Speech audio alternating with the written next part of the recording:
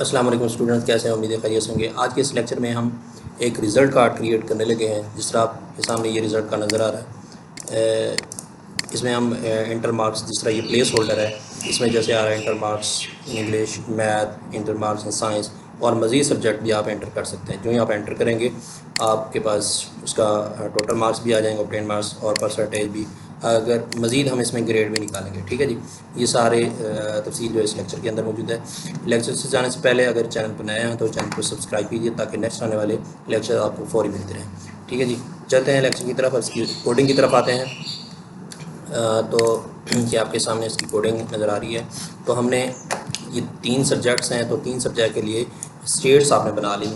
ठीक है जी, क्योंकि ये स्टेट्स पर वर्क करेगा, क्योंकि जब हम नई स्टेट्स, इनिशियल स्टेट तो ज़ीरो होगी यानी खाली स्टेट, जब इसमें नए एलिमेंट से नया हम नंबर एंटर करेंगे तो ये स्टेट्स चेंज हो जाएंगी इसकी।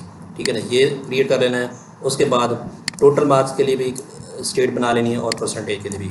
इसी तरीके से हम ग्रेड की बनाएंगे बाद में, पहले हम इन चीज़ को समझ लेते हैं। ठीक है जी, तो ये ये पूरी हमारी एक है यानी आउटर डे पूरे स्क्रीन के लिए इस्तेमाल की जा रही है। और ये इनपुट के लिए जो पहला हमारा सब्जेक्ट है उसके लिए इनपुट के तौर पर इस्तेमाल की जा रही है। ठीक है जी, इनपुट हमारा बटन है और इसकी टाइप जो हमारी टेक्स्ट होगी। ठीक है जी, और प्लेस होल्डर क्या चीज़ होती है? प्लेस होल्डर जो है यानी इसके अंदर जो लिखा जा रहा है वो प्लेस होल्डर कहलाता है। ठीक है जी, तो पहला जो है इंग्लिश के लिए प्लेस होल्डर बनाया गया है और उसकी वैल्यू जो है हमारी जो इनिशियल वैल्यू होगी वो इंग्लिश होगी और जो हमने ये रखी है। ठीक है जी, और उसके बाद सेट इंग्लिश कब होगी? जब इसमें कोई इवेंट जो है वो टारगेटेड होगा। ठीक है ना, ई डॉट ये इवेंट के लिए इस्तेमाल किया जाता है और जो उसकी वैल्यू होगी वहाँ से उठाएगा उसको। ये सेट इवेंट क्या करेगा? उठाएगा। और इस इवेंट को यानी ये हमारा एक एरो फंक्शन है। एरो फंक्शन क्या करेगा? ये कोई भी वैल्यू है, ठीक है ना, इवेंट है, इवेंट मीन वैल्यू, कोई भी वैल्यू उठाएगा, उसको सेट इंग्लिश का जो भी ऑलरेडी वैल्यू है यानी जो सेट इंग्लिश की वैल्यू है वो उसको चेंज कर देगा। पहले ज़ीरो हो या जो कुछ भी होगी तो उसको जो भी वैल्यू आपने दी होगी इवेंट के अंदर चेंजिंग करके वो आ जाएगी सेट यानी इंग्लिश के अंदर। ठीक है, बाकी ये बॉर्डर वगैरह हमने लगाया है कि बॉर्डर पैडिंग 2 है और राउंड ब्लॉक वगैरह इस तरीके से मार्जिन पैड ये है उसके लिए। ठीक है जी, और इसी तरीके से ये इनपुट हमने ली है इंग्लिश मार्क्स के लिए और ये इनपुट ली है इंटर मार्क्स मैथ के लिए ली है इनपुट, और तीसरी इनपुट ली है इंटर मार्क्स फॉर साइंस के लिए। ठीक है जी, और इसके बाद हमने क्या करना है, इसका हमने टोटल फाइंड करना है। टोटल जो भी कैलकुलेशन होगी हमने क्या करना है, उसको हमने इसका टोटल जो है वो बनाना है। किस तरीके करेंगे कि आपके सामने ये यानी टोटल के लिए हमने इनिशियल इवेंट्स, अब हैंडल सबमिट में जो इवेंट बनेगा उधर से जो हमने क्लिक किया ये हैंडल सबमिट है। ठीक है जी, हैंडल सबमिट में क्या करेंगे हमने यानी ये इंग्लिश जो भी चेंज हो चुका होगा वो ईएनजी को मिल जाएगा नंबर बना के, मैथ को मिल जाएगा, साइंस को मिल जाएगा, और इसी तरीके से ये टोटल सम निकल आएगा। और सेट टोटल की जो वैल्यू होगी यानी टोटल सेट टोटल यानी उसकी वैल्यू जो है ना वो ऑटोमेटिकली चेंज हो चुकी होगी जो इसका सम हो चुका है। ठीक है जी, वो जी, और उसके बाद ये परसेंटेज की जो सेट वैल्यू पहले इनिशियल 0 है, अब जब ये सेट होगी यानी कैलकुलेशन होने के बाद वो वैल्यू सेट होगी। अब ये हैंडल सबमिट जो है ना ये कहाँ पे कॉल होगा? ये हैंडल सबमिट जो है ना लास्ट में कॉल होगा जब हम ये सबमिट बटन्स ये जो है ना उस वक्त इसको कॉल करेंगे। ठीक है जी, जब इस सबमिट बटन जो है इस पर क्लिक करेंगे, ये बटन बना हुआ है, इस पर क्लिक करेंगे, वहाँ से सारी वैल्यू जो है कैलकुलेट करने के बाद ये हैंडल सबमिट ये कॉल करेगा और ये हैंडल सबमिट में ये सारी कैलकुलेशन भी इधर ही हो रही है। ठीक है जी, टोटल भी इसने निकालना है और परसेंटेज भी निकालनी है। ये कॉल होगा इस जगह पर जो है वो इसकी वैल्यू जो है वो कहाँ पे प्रिंट होगी जब ये हो जाएगा, तो जब इसको कॉल होगा, कॉल होने के बाद उसकी वैल्यू जो है ना दोबारा ये डिव है, इस डिव के अंदर जो टोटल मार्क्स ये टोटल की वैल्यू प्रिंट हो जाएगी। फिर उसके बाद दूसरे पैराग्राफ में जो है परसेंटेज की वैल्यू 2 फिक्स 2 नंबर्स, 2 फिक्स का मतलब है इशारे के बाद 2 वैल्यूज़ आएंगी और ये परसेंटेज का साइन जो है ना साथ ही प्रिंट हो जाएगा। तो ये आप हम इसको करते हैं जी। इंटर मार्क्स इंग्लिश आप लिखते हैं, जैसे 67 लिखा, टैब दबाया और उसके बाद 78 लिखा और उसके बाद ये 90 लिख दिया। जो ही हम सबमिट करेंगे ये इसकी टोटल मार्क्स आ जाएंगे और मज़ीद इसके परसेंटेज भी आ जाएगी। अब हम सब्जेक्ट्स जो है वो इसमें अब देखें ये इवेंट चेंज हो गया। जब हमने इसको डिलीट किया, इसकी जो वैल्यू है वो ऑटोमेटिकली ज़ीरो हो जाएगी, जो भी वैल्यू होगी ये ज़ीरो हो जाएगी। और देखें ये हमने इवेंट इसकी क्लियर कर लिया। जब इसको सबमिट पर क्लिक करेंगे, आप देखें ये ज़ीरो इसका जो ही है इसमें वहाँ से उठाएगा, सबमिट करेंगे यानी इसके अंदर वैल्यू उसने ज़ीरो उठाई है। ठीक है जी। अब मज़ीद हम सब्जेक्ट लगाना चाहते हैं तो फिर हमने मज़ीद इनपुट कॉपी करनी है। जिस तरीके से ये हमने ये इनपुट लेनी है, इसी को कॉपी करना है और इसके नीचे लगा देना है हमने। ये हमने इसकी सेटिंग कर ली है। अब देखें हमने इसका जो है ये हमारे पास हमने उर्दू ऐड कर लिया है। ठीक है, इसकी स्टेट्स भी चेंज कर लिए हैं और इधर उर्दू को भी ऐड कर लिया है इसका हैंडल सबमिट के अंदर, और टोटल भी मैंने ऐड कर लिया। और इधर ये 4 सब्जेक्ट हैं तो 400 हमने कर लिया इसके बाद।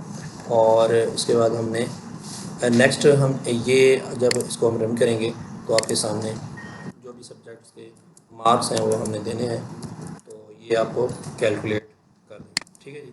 तो हम मज़ीद इसमें हम ये परसेंटेज की बुनियाद पर हम ग्रेड लिखना चाहते हैं, तो ग्रेड हम कैसे बनाएंगे इसको हम कर लेते हैं, फिर आते हैं। अच्छा जी, ये हमने ग्रेड के लिए कोडिंग की है। तो ग्रेड के लिए आपने उसी तरीके से इसकी स्टेट्स बना लेनी है जिस तरह हमने परसेंटेज टोटल के लिए बनाई थी, और इसी तरीके से ग्रेड का जो है ना ये सेट ग्रेड जो है उसमें हमने चेंज लानी है। अगर परसेंटेज जो है यानी जो परसेंटेज निकलेगी, ठीक है जी, यानी ये सेट परसेंटेज के अंदर आएगी ना वैल्यू, ये इसके अंदर क्योंकि चेंज हो चुकी होगी वैल्यू, पहले ज़ीरो थी, जब हम क्लिक करेंगे उस वक्त परसेंटेज की वैल्यू जो है ना कोई बन चुकी होगी। ठीक है जी। जब बन चुकी है तो फिर हम उसको कंपेयर कराना। अगर परसेंटेज की वैल्यू जो है वो 90 से ज़्यादा है तो ए प्लस ग्रेड जो प्रिंट होगा। ये टर्नरी ऑपरेटर है, ये ऐसे समझे इफ़ है, ये कंडीशन है। अगर कंडीशन दुरुस्त हुई, यानी दुरुस्त कब होगी, जब परसेंटेज ग्रेटर होगी या इक्वल होगी 90 से, ए प्लस ग्रेड प्रिंट होगा।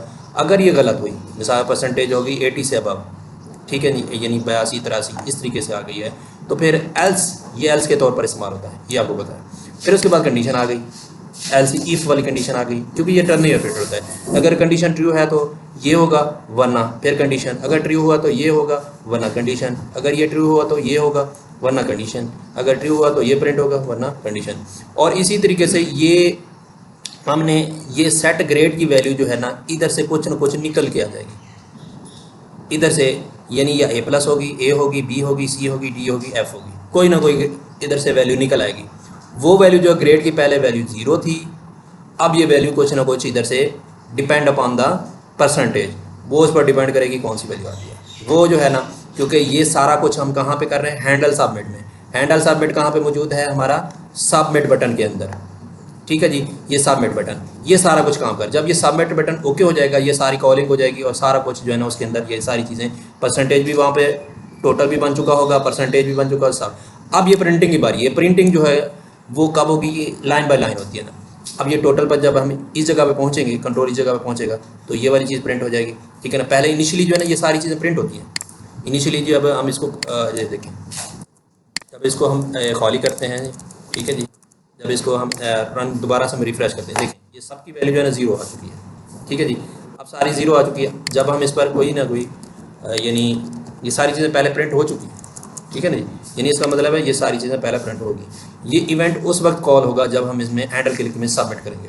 तो इसलिए यूज स्टेट का इस्तेमाल होता है कि स्टेट हमने चेंज कर रहे हैं। पहले जो इनिशियल स्टेट प्रिंटिंग के दौरान और होती है, जब हम इवेंट ट्रिगर करते हैं, ये हमारी हुक है, यानी आप जिस इस हुक को कॉल करते हैं, इस हुक की बुनियाद पर ये इसकी स्टेट जो है ना चेंज हो जाती है। स्टेट कब जो चेंज होंगी, जब हम इस पर जो है क्लिक करेंगे। ठीक है जी, ये देखिए जब हम इस पर क्लिक करेंगे ये 58 आ रहा है, यानी हमने एक कंडीशन जो लगाई है उसकी बुनियाद पर ये सारा कुछ। ठीक है जी, तो इस तरीके से जो है वो कॉल करेगा। अब हम इसमें थोड़ी सी और मज़ीद मैप ऑपरेशन चलाते हैं, थोड़ा सा इसको मज़ीद मुख्तसर करते हैं, देखते हैं उस तरीके से कैसे होगा। अच्छा जी, अब हमने ना मैप का इस्तेमाल किया है। हमने सब्जेक्ट जितने भी होंगे हमने इनको एक एरे के अंदर रख लिया। ठीक है जी, और स्टेट्स के लिए भी हमने एक इस जो है यूज स्टेट इस्तेमाल किया है। जो भी सब्जेक्ट्स होंगे हम इसका नाम जो है ना मार्क्स रख लिया। ठीक है जी, जो भी मार्क्स होंगे साइंस के जो भी हैं वो स्टेट्स के अंदर हमने खाली रख दिया। बाकी उसी तरीके से लॉजिक है। और एक हैंडल सबमिट में जो है वो हमने अकोमोलेशन के लिए ये रेड्यूस ऑपरेटर को इस्तेमाल किया। रेड्यूस ऑपरेटर आप जानते हैं कि जो भी वैल्यू होगी उसमें हर सब्जेक्ट की मार्क्स जो वैल्यू होगी उसमें जमा करता जाएगा, ठीक है जी। और इसी तरीके परसेंटेज भी निकालनी है तो वो भी इस तरीके से सब्जेक्ट्स जो होंगे तमाम की वो उनको जो है जितने भी सब्जेक्ट हों उनकी लेंथ को तकसीम करेगा, ठीक है जी। 5 सब्जेक्ट हैं 500 ऐसे लिख देगा। या आप सब्जेक्ट की बजाय आप इधर जो टोटल मार्क्स हैं वो आप लिख देंगे फिर भी हो जाएगा, ठीक है जी। सेट परसेंटेज जो है ना वो कैसे इधर से आ रही है परसेंटेज, मतलब कि हमने परसेंटेज जो भी होगी इधर से निकल के आएगी, ठीक है जी। और इसको हमने परसेंटेज को PERC के नाम से हमने इसको डिफ़ाइन कर दिया। दोबारा से इसको चेक करने के लिए PERC हो गया। अब एक ही इनपुट के अंदर हमने सारे सब्जेक्ट को की इनपुट जो है ना वो मैपिंग कर दी। तो वो मैप जो है ना ये ऑपरेट लगाया मेथड फंक्शन के सब्जेक्ट जितने भी आ रहे हैं उसको मैप करना है। और उसकी की का नाम भी सब्जेक्ट सब होगा, यानी मैप उठाएगा सब्जेक्ट से। ये सब्जेक्ट कहाँ से होगा, ये सब्जेक्ट्स जो है ये हमारा ये वाले जो अपना है अरे है वहाँ से उसको उठाएगा। और उसके बाद एक एक सब्जेक्ट को उठाने के बाद उसका इनपुट यानी ये एक एक इनपुट बनाएगा, ठीक है जी। ये जैसे ये इनपुट्स बनी हुई हैं ये इनपुट बनाता जाएगा। और उसके बाद बनाने के बाद इसके अंदर हमने अगर चेंज की है यानी उसमें वैल्यू डाली है तो सब्जेक्ट अब इसमें देखें एक एक सब्जेक्ट को उठाने के बाद ये जो है वो वैल्यू को टारगेट करेगा। अब ये हैंडल चेंज में ये सारा कुछ काम होगा। हैंडल चेंज में देखें तमाम जो सब्जेक्ट्स के मार्क्स हैं वो उठाएगा, सेट मार्क्स करेगा, उसकी सेट वैल्यू चेंज करेगा। और ये एड्रेस ऑपरेटर है, ठीक है ना। तो ये क्या करता है तमाम सब्जेक्ट के नंबर होंगे उसको वैल्यू को उठाएगा सब्जेक्ट में रखता जाएगा, ठीक है ना, हर सब्जेक्ट से। और ये वहाँ से सब्जेक्ट जो चेंजिंग जो आएगी उसकी एक तो उसकी वैल्यू होगी और उसका सब्जेक्ट का नाम, ये सारे सब्जेक्ट अलग अलग से इवेंट के अंदर जो है आते जाएंगे और हमारे पास टोटल निकल आएगा। टोटल के बाद उसको हमने प्रिंट करनी है और सबमिट करने बाकी उसी तरीके से आ रहा है। तो इस तरीके से आज का लेक्चर जो है ख़त्म हो जाता है।